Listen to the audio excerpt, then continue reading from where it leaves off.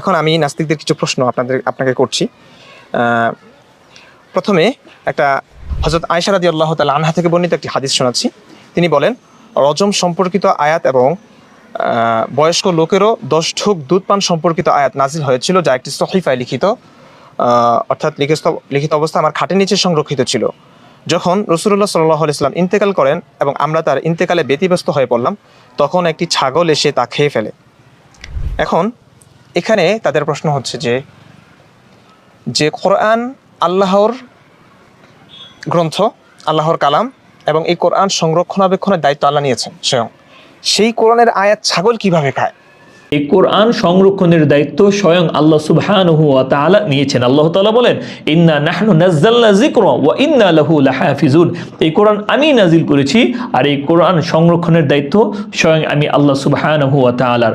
অতএব এই পৃথিবীর সমগ্র কাফের, মুশরিক, নাস্তিক, মুরতাদ, বেঈমানরা মিলে যদি কোরআনকে পুড়িয়ে ফেলে, কোরআনকে ছিঁড়ে ফেলে, কোরআনকে একেবারে শেষ করে ফেলে, কম্পিউটার থেকে, হার্ড ডিস্ক থেকে, সব জায়গা থেকে যদি কোরআনকে যদি মুছেও ফেলে, এর পরের দিনই সমগ্র পৃথিবীর হাফেজ সাহেবরা মিলে হুবহু একটা কোরআন তৈরি করতে সক্ষম হবে। এই নাস্তিক ইমরান তো বুঝে না, সে বলে যে কোরআন তো ছাগল খেয়ে ফেলেছে, তাহলে সংরক্ষণ হলো কিভাবে? সংরক্ষণ আল্লাহ সুবহানাহু ওয়া তাআলা তার হাফেজে কোরআনদের মাধ্যমে করাবেন।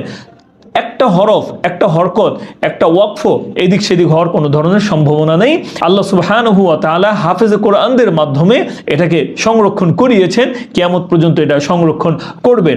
তাছাড়া আপনি পৃথিবীর অন্য কোনো গ্রন্থ দেখেন, এটাকে যদি একেবারে পৃথিবী থেকে একেবারে নিঃশেষ করে দেওয়া হয়, তারা কি পারবে হুবহু ওই ধরনের একটা কিতাব নিয়ে আসতে? এর দ্বারাই বোঝা যায় কোরআন যে আল্লাহ তাআলার বাণী, এটার মধ্যে কোনো সন্দেহ নেই, এটা আল্লাহ তাআলার পক্ষ থেকে আগত। আশা করি ভিডিওটি আপনাদের কাছে ভালো লেগেছে। যদি ভালো লেগে থাকে তাহলে কোরআনের মহব্বতে এবং প্রচার ও প্রসারে সকলকে ভিডিওটি বেশি করে শেয়ার করার অনুরোধ রইল। এবং আপনাদের যদি কোনো মন্তব্য থাকে তাহলে আপনারা কমেন্টে আমাকে জানাতে পারেন। সেই পর্যন্ত আল্লাহ সুবহানাহু ওয়া তাআলার কাছে দোয়া, আল্লাহ সুবহানাহু ওয়া তাআলা আমাদের সকলকে বেশি বেশি করে কোরআনে কারীম তেলাওয়াত করার এবং কোরআন প্রেমিক হওয়ার তৌফিক দান করুক। আসসালামু আলাইকুম ওয়া রাহমাতুল্লাহ। এখন আমি নাস্তিকদের কিছু প্রশ্ন আপনাকে করছি।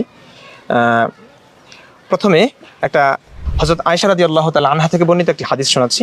তিনি বলেন, রজম সম্পর্কিত আয়াত এবং বয়স্ক লোকেরও 10 ঢোক দুধ পান সম্পর্কিত আয়াত নাজিল হয়েছিল, যা একটি সহিফায় লিখিত, অর্থাৎ লিখিত অবস্থা আমার খাটের নিচে সংরক্ষিত ছিল। যখন রাসূলুল্লাহ সাল্লাল্লাহু আলাইহি ওয়াসাল্লাম ইন্তেকাল করেন এবং আমরা তার ইন্তেকালে ব্যতিব্যস্ত হয়ে পড়লাম, তখন একটি ছাগল এসে তা খেয়ে ফেলে। এখন এখানে তাদের প্রশ্ন হচ্ছে যে কোরআন আল্লাহর গ্রন্থ, আল্লাহর কালাম, এবং এই কোরআন সংরক্ষণাবেক্ষণের দায়িত্ব আল্লাহ নিয়েছেন স্বয়ং। সেই কোরআনের আয়াত ছাগল কিভাবে খায়? এই কোরআন সংরক্ষণের দায়িত্ব স্বয়ং আল্লাহ সুবহানাহু ওয়া তাআলা নিয়েছেন। আল্লাহ তাআলা বলেন, ইন্না নাহনু নাযালনা যিকরা ওয়া ইন্না লাহু লাহাফিজুন। এই কোরআন আমি নাজিল করেছি আর এই কোরআন সংরক্ষণের দায়িত্ব স্বয়ং আমি আল্লাহ সুবহানাহু ওয়া তাআলার। অতএব এই পৃথিবীর সমগ্র কাফের, মুশরিক, নাস্তিক, মুরতাদ, বেঈমানরা মিলে যদি কোরআনকে পুড়িয়ে ফেলে, কোরআনকে ছিঁড়ে ফেলে, কোরআনকে একেবারে শেষ করে ফেলে, কম্পিউটার থেকে, হার্ড ডিস্ক থেকে, সব জায়গা থেকে যদি কোরআনকে যদি মুছেও ফেলে, এর পরের দিনই সমগ্র পৃথিবীর হাফেজ সাহেবরা মিলে হুবহু একটা কোরআন তৈরি করতে সক্ষম হবে। এই নাস্তিক ইমরান তো বুঝে না, সে বলে যে কোরআন তো ছাগল খেয়ে ফেলেছে, তাহলে সংরক্ষণ হলো কিভাবে? সংরক্ষণ আল্লাহ সুবহানাহু ওয়া তাআলা তার হাফেজে কোরআনদের মাধ্যমে করাবেন। একটা হরফ, একটা হরকত, একটা ওয়াকফ এদিক সেদিক হওয়ার কোনো ধরনের সম্ভাবনা নেই। আল্লাহ সুবহানাহু ওয়া তাআলা হাফেজে কোরআনদের মাধ্যমে এটাকে সংরক্ষণ করিয়েছেন, কিয়ামত পর্যন্ত এটা সংরক্ষণ করবেন।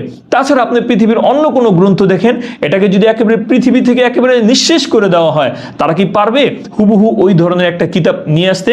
এর দ্বারাই বোঝা যায় কোরআন যে আল্লাহ তাআলার বাণী, এটার মধ্যে কোনো সন্দেহ নেই, এটা আল্লাহ তাআলার পক্ষ থেকে আগত। আশা করি ভিডিওটি আপনাদের কাছে ভালো লেগেছে। যদি ভালো লেগে থাকে তাহলে কোরআনের মহব্বতে এবং প্রচার ও প্রসারে সকলকে ভিডিওটি বেশি করে শেয়ার করার অনুরোধ রইল। এবং আপনাদের যদি কোনো মন্তব্য থাকে তাহলে আপনারা কমেন্টে আমাকে জানাতে পারেন। সেই পর্যন্ত আল্লাহ সুবহানাহু ওয়া তাআলার কাছে দোয়া, আল্লাহ সুবহানাহু ওয়া তাআলা আমাদের সকলকে বেশি বেশি করে কোরআনে কারীম তেলাওয়াত করার এবং কোরআন প্রেমিক হওয়ার তৌফিক দান করুক। আসসালামু আলাইকুম ওয়া রাহমাতুল্লাহ।